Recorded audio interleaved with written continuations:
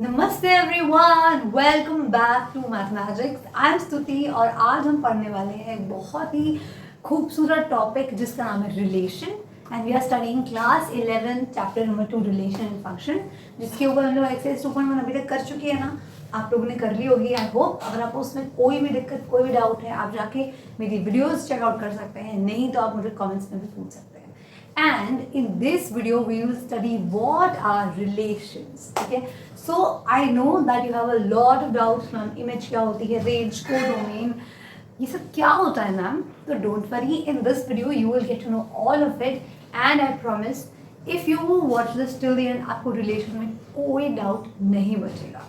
Yes, so because see why I'm telling this, because when I was studying this back then जब मैंने ये chapter पढ़ा था relation function, मुझे बहुत सारे डाउट्स थे really, and I was just watching videos ताकि मेरे डाउट्स क्लियर हो जाए, बट नहीं हो पाए थे। लेकिन if you are watching this video, this is my promise that आपको हेल्प मिलेगी एंड आपको सारी चीज़ समझ में आएंगी। चलो स्टार्ट करते हैं, व्हाट आर रिलेशंस। ठीक है, सो देखो अभी तक हम लोग मैम क्या जानते हैं। आप लोग सेट्स पढ़ के आए हो, है ना। आप लोग कार्टेशियन प्रोडक्ट भी पढ़ के आए हो, राइट। हम लोग पढ़ के आए हैं। सेट्स मतलब जानते हो ना, हम लोग सेट को कैपिटल लेटर से लिखते हैं, कर्ली ब्रैकेट्स के अंदर एक लाइक बहुत सारे एलिमेंट्स हम इकट्ठा लिखते हैं जो एक पर्टिकुलर डेफिनेशन को फॉलो करता है। सही बात है, हाँ। अब देखो रिलेशन में हम क्या करते हैं। रिलेशन का मतलब क्या है, जैसे आपका मदर फादर का रिलेशन है, आपका आपके पेरेंट्स का रिलेशन है, सिबलिंग का आपके सिबलिंग के साथ में रिलेशनशिप है, आपके फ्रेंड्स टीचर्स के साथ में, है ना। या फिर लाइक दो क्रिकेटर्स उनके बीच में उनका क्या पार्टनर रिलेशन है, टीममेट्स होते हैं। ठीक है, तो ये सारे अलग अलग टाइप के रिलेशन होते हैं। अब व्हेन वी स्टडी मैथमेटिक्स तो हम ये पढ़ते हैं कि भाई दो एलिमेंट्स के बीच में क्या रिलेशन होता है। ठीक है, तो अभी हम बेसिक टर्मिनोलॉजी सीखेंगे कि हम किसको एक्चुअली में क्या बोलते हैं। तो देखो मैं आपको डेफिनेशंस भी बताऊंगी, बट उससे पहले मैं आपको बेसिक बताती हूँ कि हम समझे कैसे। ठीक है, डिटेल में हम समझेंगे, पहले आपको चलो स्टार्ट करते हैं। तो हम पढ़ रहे हैं व्हाट आर relations. Okay, देखो I promise this is very beautiful, बहुत easy है and you will gonna enjoy this video so much because I am enjoying making it. तो देखो इसमें हमने क्या पढ़ा है, मैं आपको एरो डायग्राम की हेल्प से समझाना चाहती हूँ। ठीक है मैम, एरो डायग्राम क्या होता है, जैसे मान लो कि मेरे पास ये एक सेट है और ये एक सेट है। ठीक है, इसको मैंने बोला कि ये मेरा सेट ए है और ये मेरा सेट बी है। ठीक है मैम। अब मैम ये क्या बनाया आपने, देखो ये सेट है। आप लोगों ने चैप्टर 1 में पढ़ा था ना कि हम सेट्स को कैसे दिखाते थे। चैप्टर 1 के अंदर हम लोग सेट को सर्कल फॉर्म में दिखाते थे, और मैंने आपसे कहा था कि जब हम चैप्टर 2 में जाएंगे तो वहां पे हम लोग इसको ओवल में भी दिखाएंगे, दोनों में दिखा सकते हो। लेकिन देखो यहाँ पे ना हमें मैपिंग करानी होती है, इसीलिए हम इसको ओवल बनाते हैं ताकि हम सारे एलिमेंट्स को लाइन वाइज लिख सके वर्टिकली। ठीक है, ये बेसिक सी बात है कि इसको ऐसे क्यों बनाते हैं। अब समझो, मैं आपको एग्जाम्पल के लिए मान लेती हूँ कि मेरे सेट ए के अंदर आ रहा है 1 2 3 4 एंड 5। ठीक है, और इसमें मैं मान लेती हूँ मेरे पास आ रहा है A B C T E and F. ठीक, चलो बढ़िया मैम, एकदम बढ़िया। अब मैं चलो एक बात, चलो ठीक ऐसे। तो अब समझो ये आपका क्या है मैम, सेट ए है, ये आपका सेट बी है। ठीक है, अब आप ये समझो कि अगर आप लोगों ने अभी तक क्या पढ़ा है, कार्टेशियन प्रोडक्ट पढ़ा है ना, तो अब हम इसको मैप कराएंगे, मैपिंग कराएंगे। मतलब देखो कोई बोलेगी मैम क्या कहना है, धीमे धीमे समझ आएगा। समझो जैसे मान लो कि ये जो 1 है ये ए के साथ में रिलेशन में रखता है, 2 जो है वो डी के साथ है, 3 बी के साथ में है, और मैं आपको 5 को ई के साथ कनेक्ट करती हूँ। ठीक है, ये कोई मैपिंग है। तो अब अभी हमने क्या देखा कि भाई ये कोई सेट है, ये कोई सेट है, उनके बीच में कोई मैपिंग है, इसे मैपिंग बोलते हैं। ठीक है, अभी समझाऊंगी क्या। तो अब इस बात को समझो कि ये जो आपका सेट ए होता है, ठीक है, जो आपका बी के साथ में मैप हो रहा होता है। ठीक है, चलो इसको भी कनेक्ट कर ही देती हूँ।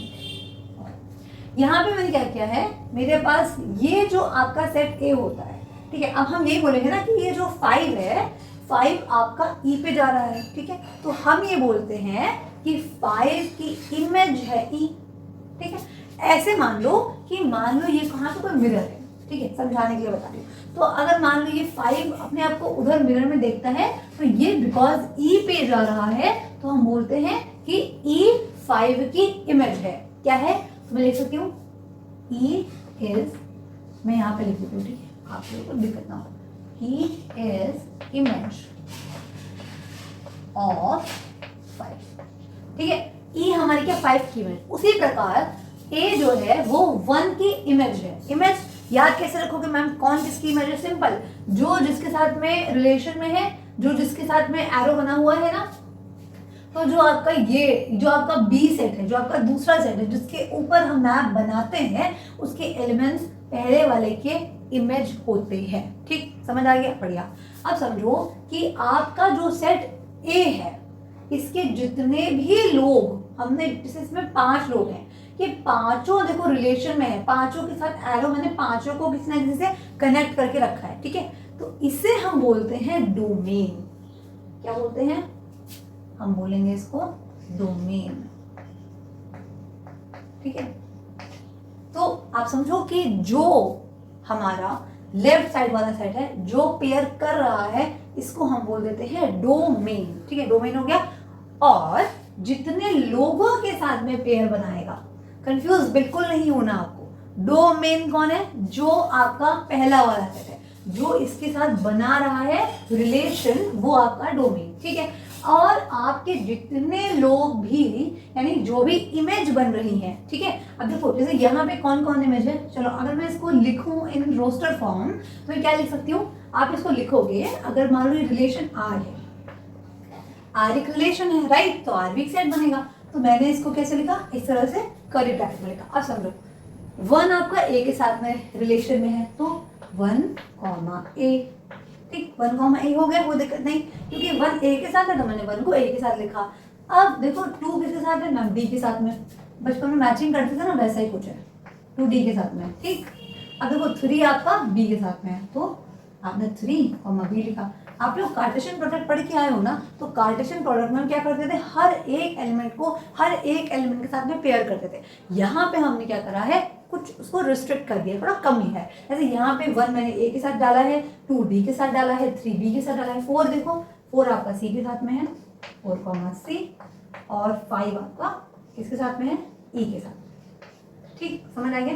तो जो आपका पहले वाला एलिमेंट है, फर्स्ट यानी कि 1, 2, 3, 4, 5, इन्हें हम बोल देते हैं डोमेन। समझ में आया? मतलब ये जितने लोग हैं, ये पूरा बोलते हैं इसको हम लोग डोमेन सेट। मैम सेट क्यों बोल रही हो? क्योंकि सेट मतलब क्या होता है कि हम सारे एलिमेंट्स को एक साथ लिख दें, करेक्ट। तो यहाँ पे मैंने क्या किया है, इसका जो डोमेन सेट बनेगा उसमें कौन आएगा? ए 1, 2, 3, 4, 5। और आप देखोगे ये जो पूरा ए है, ए में ही तो 1, 2, 3, 4, 5 है ना, तो आपका ए कौन है? ए है आपका डोमेन, ठीक है। चलो बहुत अच्छी बात। अब देखो दूसरी चीज समझो कि जितने लोग भी पेयर बना रहे हैं, यानी कि जो भी इमेजेस हैं, ठीक है, इमेजेस जान गए ना कि जो भी इसके ऑपोजिट साइड इसके साथ कनेक्टेड होंगे, उन्हें हम बोल देते हैं इमेजेस, करेक्ट। अब जितने भी लोग इमेज हैं, उन्हें हम बोल देते हैं रेंज। क्या बोलते हैं? रेंज, ठीक है। अब थोड़ा सा यहाँ ध्यान देने की बात है, ध्यान से सुनना मेरी बात। आपका जो सेट ए है वो डोमेन हो गया, ठीक है मैम। जो आपका सेट बी है ना, वो आपका, उसे हम बोल देते हैं कोडोमेन। क्या बोलते हैं? कोडोमेन। देखो बिल्कुल भी कंफ्यूज मत हो, आपको सब समझ आएगा, बस थोड़ा सा इंतजार करो, ठीक है। याद करना बड़ा आसान है। ये है आपका डोमेन, ये है आपका कोडोमेन, ठीक है मैम। मैम क्या पूरा सेट भी कोडोमेन होगा? बिल्कुल पूरा सेट भी। अब आप बोलोगे मैम ये एफ छूट गया, एफ तो किसी ने पेयर ही नहीं किया किसी को एफ के साथ में। हाँ, एफ को किसी ने अपने साथ पेयर नहीं किया, लेकिन क्योंकि वो सेट बी में है तो वो हमारा कोडोमेन होता है, ठीक, समझ आ गया? अब दूसरी चीज सुनो, ध्यान दो कि यहाँ पे कितने लोग पेयर में हैं? ए बी सी डी, ये सबके साथ में लिंक है, यानी रिलेशन में है। इसीलिए आई मेक, अगर मैं इनको एक सेट में डाल दूं, ठीक, कोई दिक्कत तो नहीं। मैंने क्या किया? मैंने वो सारे लोग जो सेट ए के साथ रिलेशन में थे मैंने उनको एक अलग सेट में डाल दिया। इस सेट को हम बोलते हैं रेंज। क्या बोलते हैं? रेंज बोलते हैं मैम। अच्छा मैम, इसको भी रेंज कहते हैं। हाँ, अब आप मुझे एक सिंपल से यहाँ से देख के बता दो कि ये येलो वाला जो सेट है ये बड़ा है कि ये जो पूरा सेट बी है ये बड़ा है? मैम ऑब्वियसली येलो वाला छोटा है, बी बड़ा है। क्यों? क्योंकि बी के पास में एफ ज्यादा है ना? बोलो सही बात है ना? इसका मतलब, और अगर आप ध्यान से देखो तो आप पढ़ के आए हो सबसेट के बारे में। सबसेट के बारे में क्या पढ़ के आए हो कि एक सेट ए को हम दूसरे सेट बी का सबसेट कब बोलते हैं? जब ए के सारे एलिमेंट्स बी के अंदर होते हैं। ठीक है, अब यहाँ देखो ये जो सेट मैंने ये बनाया और येलो वाला जो मेरा रेंज सेट है, इसको आप लोग बोलते हो रेंज सेट। ठीक है, जो रेंज सेट है ये पूरा का पूरा बी के अंदर ही तो आ रहा है ना, बी के अंदर ही तो आ रहा है। इसीलिए हम बोलते हैं कि जो आपका रेंज सेट है, जो आपका रेंज सेट है ये सबसेट होता है बी का। बी मतलब ये जो है कौन? जो आपका है कोडोमेन। कोडोमेन। ठीक है, फिर से बता दूं, देखो ध्यान सुनो। जो आपका सेट ए होता है जहां से आप लेके जा रहे हो, ये जो आपके एलिमेंट्स होते हैं जो इमेज बनाते हैं, इन्हें हम बोल देते हैं डोमेन। ठीक, इन सारे एलिमेंट्स को हम इकट्ठा क्या बोलेंगे? डोमेन बोलेंगे। दूसरी चीज है कि जो आपका सेट बी होता है जिसके ऊपर हम मैपिंग कर रहे हैं, रिलेशन बना रहे हैं, सेकंड एलिमेंट आपका जो होता है, अगर हम इसमें से देखेंगे तो जो सेकंड एलिमेंट है वो होता है आपका कोडोमेन। ठीक है, लेकिन जरूरी तो नहीं है कि हर आदमी पेयर हो ही। जैसे यहाँ पे एफ हमारा छूट गया है, तो जितने लोग एक्चुअल में पेयर हो रहे होते हैं, ठीक है, आपके आर के अंदर, क्योंकि आर देख रहे हो ना, ये मेरा आर है, ये मेरा आर है, इसके अंदर देखो एफ नहीं है। ठीक है, तो जो इसके अंदर लोग होते हैं, यानी कि ये जो मेरे लोग हैं, इसे हम लोग बोल देते हैं रेंज। क्लियर हो गया? अब ध्यान से सुनो, तो यही बस बची सी बात है कि ये हमारा डोमेन है, ये हमारा कोडोमेन है, ये हमारा रेंज है। इतना आपको समझ में आ गया है बहुत आसानी से। जो भी लोग हमारे इधर वाले में, जैसे आपने वन को ए के साथ में मैप किया है, वन को ए के साथ में रिलेट किया है, तो इस वजह से हम ये बोलते हैं कि A is the image of one. Ma'am A image क्यों है? क्योंकि मान लो कि अगर ये मिरर होता तो वन अपने आप को जब उसमें देख रहा है तो उसको ए दिख रहा है। ठीक है, तो ए हमारे वन की क्या है? इमेज। क्लियर हो गया? और क्योंकि जरूरी नहीं है कि आपका जो कोडोमेन है उसके सारे लोग पेयर हो सकता है हो भी जाए, हो सकता है ना भी हो। इसी वजह से आपका जो रेंज होता है वो आपका कोडोमेन का सबसेट होता है। अब देखो, इसीलिए मैं आपसे कह रही थी that you have to understand chapter 1 before coming to this chapter, क्योंकि इसके अंदर ना आपका बेसिक ही चैप्टर 1 है। क्योंकि देखो, अब सबसेट मैंने बोला, अगर आपको मालूम है तो वेरी गुड, नहीं तो देखो आप जानते हो सबसेट मतलब यही होता है कि कोई भी सेट है उसको हम, मान लो सेट ए है, उसको हम बी का सबसेट तब बोलते हैं। हम सेट ए को सेट बी का सबसेट कब बोलते हैं? जब ए के अंदर आने वाले सारे लोग बी के अंदर भी चले जाएंगे। क्लियर हो गया? मतलब भाई जो ए में है वो तो बी में जाना ही जाना है। यहाँ पे देख लो आप, रेंज के अंदर जितने लोग हैं वो सारे कोडोमेन में तो है ही मैम, बिल्कुल कोडोमेन में। मैंने कोडोमेन के अंदर ही एक सेट बना दिया, समझ लो। ठीक है, समझ आ गया? चलो वेरी गुड। अब हम इसको थोड़ा सा, मैं आपको, अभी आपने समझ लिया है क्या होता है, वो हम इसको डेफिनेशन से और क्लैरिफाई करते हैं। ठीक है, हमने क्या करा है, इसको देखिए आपको डरना नहीं कि मैंने कितना लिख दिया है। देखो सिंपल, अभी जो मैंने आपको समझाया उसी चीज़ को मैंने यहाँ पे नोट किया है टू गेट यू बेटर। देखो पहला हमारा क्या लिखा है कि a relation R from a non empty set A. आपका रिलेशन आर क्या होता है? एक नॉन एम्प्टी सेट ए से to a non empty set B is a subset है, ठीक है, of Cartesian product A cross B का सबसेट है। The subset is derived by describing a relationship between the first element and the second element of the ordered form in A cross B. The second element is called as the image.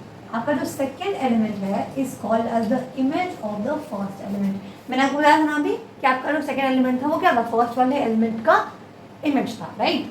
अब यहाँ पे क्या है, देखो relation हमारा क्या होता है, वो एक नॉन एम्प्टी सेट ए से नॉन एम्प्टी सेट बी में क्या होता है? सबसेट होता है कार्टेशियन प्रोडक्ट का। ठीक है, अब ये क्या है बताती हूँ। देखो मैम ये नॉन एम्प्टी लिखना जरूरी है, बिल्कुल। जैसे आपका सेट ए यहाँ पे, सेट बी यहाँ पर, ठीक है, दो सेट मैंने ले लिए, ए और बी दोनों नॉन एम्प्टी हैं। नॉन एम्प्टी मतलब देखो इसके अंदर एलिमेंट्स होना चाहिए ना, अगर एलिमेंट ही नहीं है तो फिर वही बात है, हम रिलेशन कैसे बनाएंगे जब यहाँ कोई आदमी ही नहीं है, कोई एलिमेंट ही नहीं होगा तो किसको रिलेट करोगे आप। इसीलिए नॉन एम्प्टी लिखते हैं कि हमारा सेट एम्प्टी यानी खाली नहीं होना चाहिए। और ये है क्या रिलेशन, तो जो कार्टेशियन प्रोडक्ट होता है आपने पढ़ क्या है ना, अभी कार्टेशियन प्रोडक्ट मतलब क्या होता है कि हम ए क्रॉस बी करते हैं। तो पहले एक काम करो मेरे साथ, ए क्रॉस बी निकालो इसका। ए क्रॉस बी क्या होता है, देखो यहाँ पे दो सेट है, ये ए है और ये बी है। मैंने इसको विजुअल रिप्रेजेंटेशन भी कर दिया है और रिलेशन भी बना दिया है। पहले बताओ ए क्रॉस बी आखिर बनेगा क्या, ए क्रॉस बी करें तो बताओ। सिंपल है कि हमें क्या करते थे, इसके हर एलिमेंट को इसके हर एलिमेंट के साथ में क्या करना है, रिलेट करना है। तो करो, पहले मैं ए को सबके साथ कर रही हूँ, ए को मैंने 1 के साथ पेयर किया, ए को 2 के साथ कर दिया, कॉमा बी को 1 के साथ और फिर बी को 2 के साथ। इसका रूल आप जानते हो ना, यही सिंपल सा रूल है मैम कि जो पहले वाला सेट लिखा है उसको हम उसका एलिमेंट हम पहले लिखेंगे और सेकंड वाले सेट का एलिमेंट हम सेकंड नंबर में लिखेंगे। इतना ही सा रूल है बस, और कुछ नहीं है। तो ये मैंने क्या निकाला, ए क्रॉस बी निकाल दिया। अब इन्होंने बोला है कि जो रिलेशन आर है वो इसका सबसेट होना चाहिए, मतलब रिलेशन आर में जो भी आएगा वो इसके अंदर आना चाहिए। तो चलो रिलेशन आर निकालते हैं। रिलेशन आर होता क्या है, देखो मैंने ना बना दिया है रिलेशन, मतलब ए मेरा 2 के साथ में है और बी मेरा 1 के साथ में, मतलब ये दिया होगा आपको क्वेश्चन के अंदर। तो चलो मैं बना देती हूँ, ए मेरा 2 के साथ में पेयर्ड है और बी मेरा 1 के साथ है। ठीक, ये आपका रिलेशन। अब समझो यहाँ पे देखो, ए 2 के साथ है, ये एक एलिमेंट है यहाँ पे मिल गया, और बी 1 के साथ है, ये भी आपको यहाँ मिल गया। इसका मतलब भाई आर ए क्रॉस बी का सबसेट हो गया, यानी कि relation is a Cartesian product का सबसेट होता है। ये यहाँ पे मैंने आपको समझा दिया कि भाई ऐसे होता है। ठीक, चलो तो ये आपका हो गया। और जो सेकेंड एलिमेंट है इसको हम क्या बोलते हैं, image of the first element, मतलब कि जो 2 है वो ए की इमेज होगी और जो 1 है वो बी की इमेज। मैम ऐसा क्यों, क्योंकि आप देख रहे हो ना ए 2 पे जा रहा है, यहाँ पे देखो ए आपका 2 पे जा रहा है, तो 2 is the image of A and 1 is the image of B. ठीक, चलो बढ़िया है। नेक्स्ट पे आते हैं, the set of all first element of the ordered pair is called as the domain of the relation. मतलब इस रिलेशन का डोमेन कौन होता है भाई, तो जो भी फर्स्ट एलिमेंट होते हैं ऑर्डर्ड पेयर के, ध्यान रखना आपके ऑर्डर्ड पेयर, जो ऑर्डर्ड पेयर है, ये ऑर्डर्ड पेयर है ना रिलेशन वाला, इसके पहले एलिमेंट कौन है बताओ मुझे। देखो तो इसका पहला एलिमेंट है ए है मैम और बी है, ठीक है, ये आपका ऑर्डर्ड पेयर है। तो इसको मैंने ब्रैकेट के अंदर डाल दिया। अलग अलग मैम क्यों लिखा है आपने, क्योंकि मैंने ना इनका सिर्फ फर्स्ट एलिमेंट लिया, आर का फर्स्ट एलिमेंट, इसमें देखो ए है इसमें बी है, मैंने ए बी को इकट्ठा करके लिख दिया। ये क्या कहलाता है, the first element of the ordered pair is called as the domain, जो मैंने आपको पढ़ाया था। ठीक है, इसे हम क्या बोल देंगे, ये हमारा होता है डोमेन।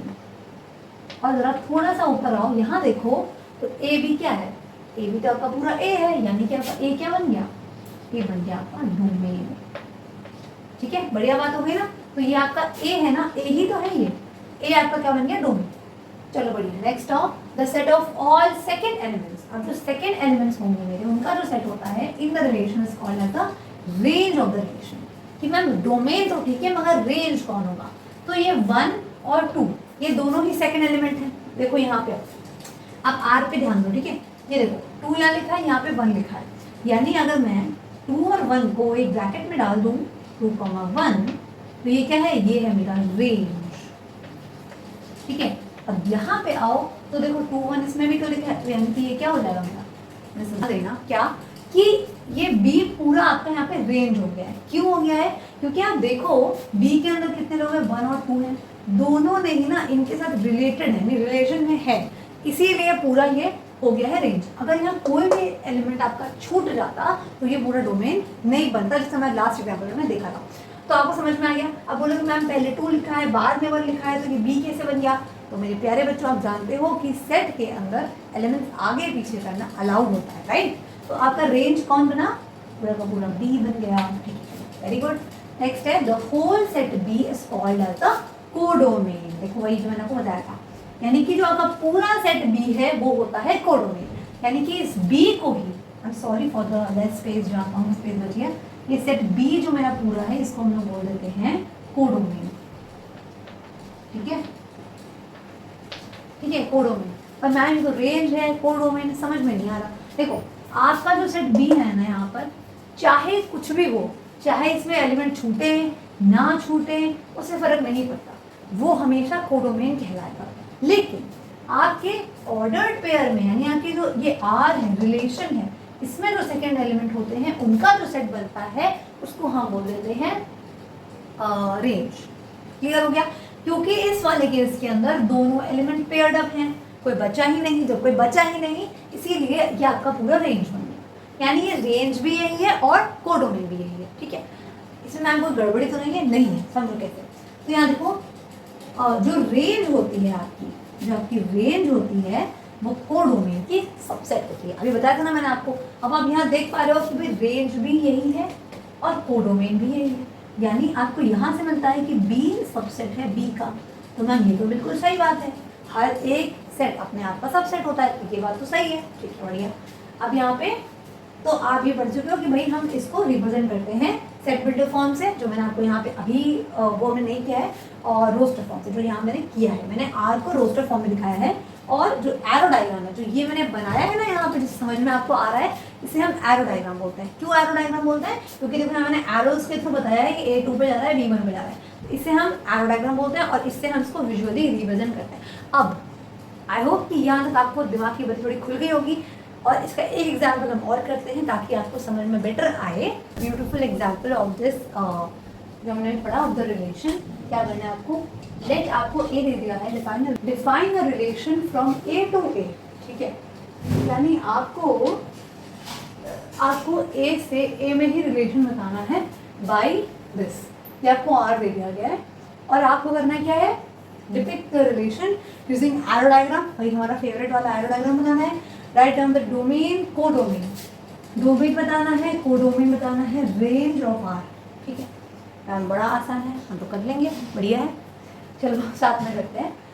तो देखो आपको ए दे दिया है, ठीक है, आपको ए से ए में बनाना है। तो ध्यान दो, आपका जो आर है ना, इसको मैं ऐसे लिखते देखो, इसको हम ए से ए में बनाएंगे।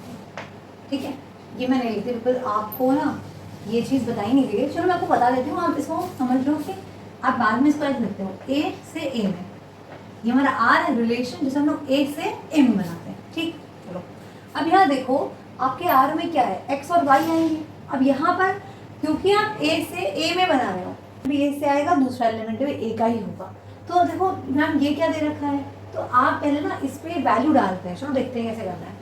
आपको आर क्या दे रखा है, आपका आर है एक्स कॉमा वाई, जहाँ पे आपका जो वाई है वो क्या है, एक्स प्लस 1 है। ठीक है, मतलब देखो पहला एलिमेंट x है, दूसरा एलिमेंट y है, और आपको मालूम है कि x और y दोनों ही किस में से आ रहा है, a और a में से, क्योंकि यहाँ a to a लिखा है। ठीक, चलो अब यहाँ समझो कि x की मेरे पास 1 से लेके 6 तक चीज़ें, मतलब 1 से लेके 6 तक वैल्यूज आएंगी, और y की भी। ठीक है, क्योंकि 6 से ऊपर एलिमेंट्स नहीं है। तो अब हम रख के देखते हैं। पहले क्या करूँ, x की वैल्यू मैं यहाँ पे दिखा दूँ। ठीक है, वो y बराबर x प्लस 1 करना है। तो जब if x बराबर 1, जब मैंने x की वैल्यू 1 डाली तो मेरा y क्या आएगा, तो y is equal to 1 plus 1 होगा, यानी कि y मेरा क्या हो जाएगा, 2 हो जाएगा। ठीक, चलो गुड।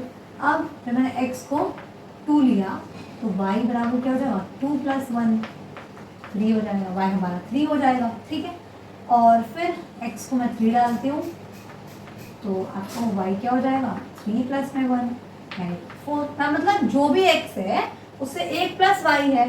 तो जब मेरा x 4 है तो y क्या बनेगा, मेरा 5 बन जाएगा। जब मेरा x 5 है तब y क्या बन जाएगा, 6 बन जाएगा। और जब मेरा x 6 है तो y क्या बन जाएगा, 7। पर एक सेकेंड ध्यान दो, मेरे a के अंदर 6 तक ही एलिमेंट्स है, 7 तक वो जा नहीं सकते। जब 7 इसमें जाएगा ही नहीं तो फिर 7, जब 7 y कभी 7 होएगा ही नहीं, हो ही नहीं सकता। इसी वजह से हम ये नहीं डाल सकते। ठीक है, इसको हम नहीं डालेंगे। क्लियर हो गया? तो आपने क्या करा, आपको x और y की वैल्यू मिल गई कि भाई x ये है तब y ये है, यानी x जब 1 होगा तब मेरा y 2 होगा। ठीक, अब यहाँ से हमें r मिल गया। अब हम r को बना लेते हैं। देखो जब r बनाओगे, r में क्या आएगा, पेयर आएगा ना, 1, 2, क्योंकि जब x की वैल्यू 1 है तो y की वैल्यू 2 है और आपको x, y लिखना है, इसलिए मैंने 1, 2 लिखा। इसी टाइप से 2, 3, 3, 4, 4, 5 एंड 5, 6। ठीक है, क्योंकि इसके ऊपर ही जान लिया, ब्रैकेट को क्लोज कर दिया। ये मैंने क्या निकाला, मेरा आर मिल गया। तो ये रिलेशन है। आप ध्यान से देख लो, आप ये जो यहाँ लिखा है ना, ये वाला आर, ये क्या है, this is set builder form, क्योंकि यहाँ पे आपको डेफिनेशन दी गई है। मैं लिख देती हूँ ताकि आपको ये बात याद हो जाए। ये है आपका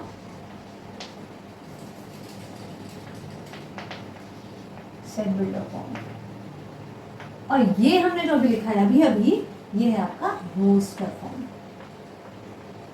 मैम रोस्टर फॉर्म क्या होता है, जैसे आप लोग आज आप लोगों के ट्रेंड के हिसाब से कहते हैं ना, रोस्ट कर दिया लोगों को, तो रोस्ट मतलब उस ऊपर खोल के रख दिया। यहाँ पे हमने सब एलिमेंट्स को खोल के रख दिया, बता दिया है, तो ये रोस्टर फॉर्म है। ठीक है, बोला है, ऐसा कोई वो नहीं है ऐसा। ठीक है, रोस्टर फॉर्म हो गया।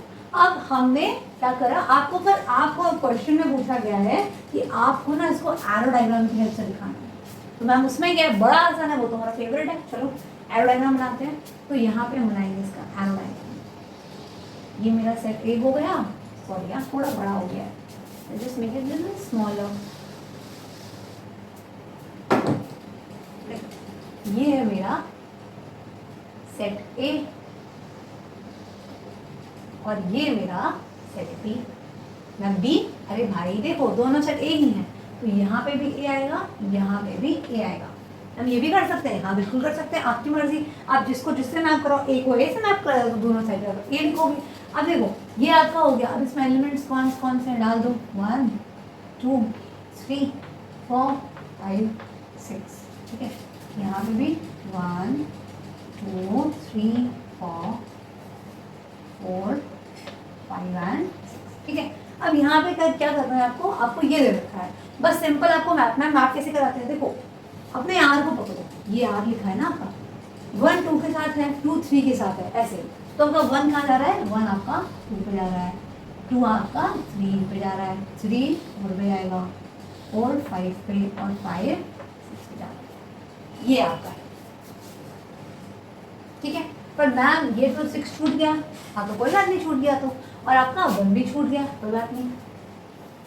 अब आपने एरो डायग्राम बना लिया, this is your arrow diagram.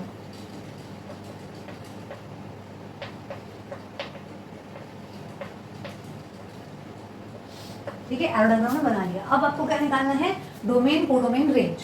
Ma'am domain क्या होता था, तो आपको याद है डोमेन मतलब होता है कितने लोग पेयर कर रहे हैं। अगर आपको यहाँ से भी देखना कोई दिक्कत नहीं, आप अपने आर पे आ जाओ। सिंपल, आर के पहले जितने एलिमेंट्स हैं, मतलब फर्स्ट एलिमेंट्स, उनका सेट बनाता है डोमेन। ठीक है, तो चलो देखो क्या आएगा, हम बनाएंगे डोमेन। डोमेन एक सेट होगा, ऐसे लिखोगे सेट बना करके, तो all the first element of the R. तो फर्स्ट एलिमेंट कौन है, 1 2 3 4 5, तो 1 2 3 4 एंड 5। सिंपल, अगर आपको यहाँ से देखना है तो फर्स्ट एलिमेंट देखोगे, यहाँ से देखना है तो वो एलिमेंट्स देखोगे जो पेयर कर रहे हैं। समझ रहे हो, 6 आपका पेयर नहीं कर रहा, इसलिए आपने 6 को नहीं लेना। ठीक है, ये आपका डोमेन बन गया, बहुत बढ़िया। अगला है आपको चाहिए कोडोमेन। कोडोमेन क्या होता है, हम भूल गए।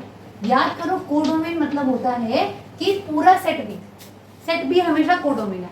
सेट बी में जो भी है, अब सेट बी मतलब मैम सेट बी तो है ही नहीं। सेट बी मतलब ये सेकंड वाला, ये जो जिसपे आप इमेज बनाते हो, मतलब जिसपे आप अपना रिलेशन जिसपे भेज रहे हो, जिसपे उस पर जा रहे हैं ना, तो आपका जो सेकंड वाला सेट होता है दैट इज योर सेट, और वही पूरा कोडोमेन होता है। अब इससे देखो फर्क नहीं पड़ता कि इसमें कोई बचा है छूट गया, please make it very very clear. Domain में वही लोग आते हैं जो पेयर कर रहे हैं, बट कोडोमेन बड़ा आसान है। कोडोमेन मतलब होता है जो भी आपका सेकेंड वाला सेट है, जिससे भी आप अपनी इमेजेस बनाते हो, इमेज भेजते हो, वो पूरा आपका कोडोमेन होता है। फर्क नहीं पड़ता कि इसमें कितने लोग पेयर है, कितने लोग पेयर नहीं कर रहे हैं। तो भाई हमारा सेट ए है, तो आपकी कोडोमेन क्या है, 1 से लेके 6 तक, 6 तक है। हाँ, तो 1 2 3 4 5 एंड 6 हो गया। अब आपको चाहिए रेंज। रेंज थोड़ा ट्रिकी होता है, बच्चे इसमें कंफ्यूज होते हैं, आपको होना नहीं होगा। देखो रेंज मतलब होता है कि भाई आप सिंपल इधर आ जाओ, अपने आर पे आ जाओ। इसमें पेयर में हर एक पेयर के अंदर जो सेकंड एलिमेंट आपको दिखता है, वो सबका जो कलेक्शन है दैट इज योर रेंज। ठीक है, तो रेंज में क्या आएगा मैम, रेंज में आपको ये आपको अगर एरो डायग्राम से देखना है तो देखो जितने लोग पेयर बना रहे हैं, जैसे 2 3 4 5 6, ठीक है, तो ये आपका होता है रेंज 2 3 ठीक है, सिंपल हो गया, आसान है। तो आपने क्या समझा अभी तक? आपने समझा कि रिलेशन मतलब हमारा एक सेट से दूसरे सेट में हम लोग मैपिंग करते हैं, तो सेकेंड वाले एलिमेंट्स होते हैं उनको हम लोग इमेज बोलते हैं, जैसे कि 2 is the image of 1, 3 is the image of 2, ऐसे करके आपका जाएगा। डोमेन मतलब होता है डोमेन में कितने लोग आ रहे हैं, वो लोग जो सारे आपके जिनकी मैपिंग हम करेंगे वो सारे लोग का सेट मिलके डोमेन बनाता है, ठीक है। जो छूट जाएगा वो डोमेन में नहीं आएगा। दूसरी चीज को डोमेन मतलब जो भी आपका सेकंड सेट है, जो भी आपका इमेज सेट है, इमेज सेट मतलब समझ लो कि इमेज सेट नहीं बोलेंगे इसको, जो भी आपका सामने वाला सेट है, फर्क नहीं पड़ता उसमें कितने मैप हो रहे हैं कितने नहीं, पूरा जो भी है उसको हम बोलते हैं कोडोमेन, ठीक है। और रेंज मतलब क्या होता है कि भाई जितने लोग मैप हो रहे हैं, ठीक है, इमेज जितने भी लोग हैं वो सारे हमारे रेंज होते हैं। आई होप कि आपको इसमें कोई भी कंफ्यूजन नहीं होगी, and if you have any doubt आप मुझसे आराम से कमेंट में पूछ सकते हैं, I will definitely answer you. Thank you so much for watching this beautiful lecture. I hope that आपने भी इसको एंजॉय किया हो। I will meet you with the exercise. तब तक के लिए take care and keep learning.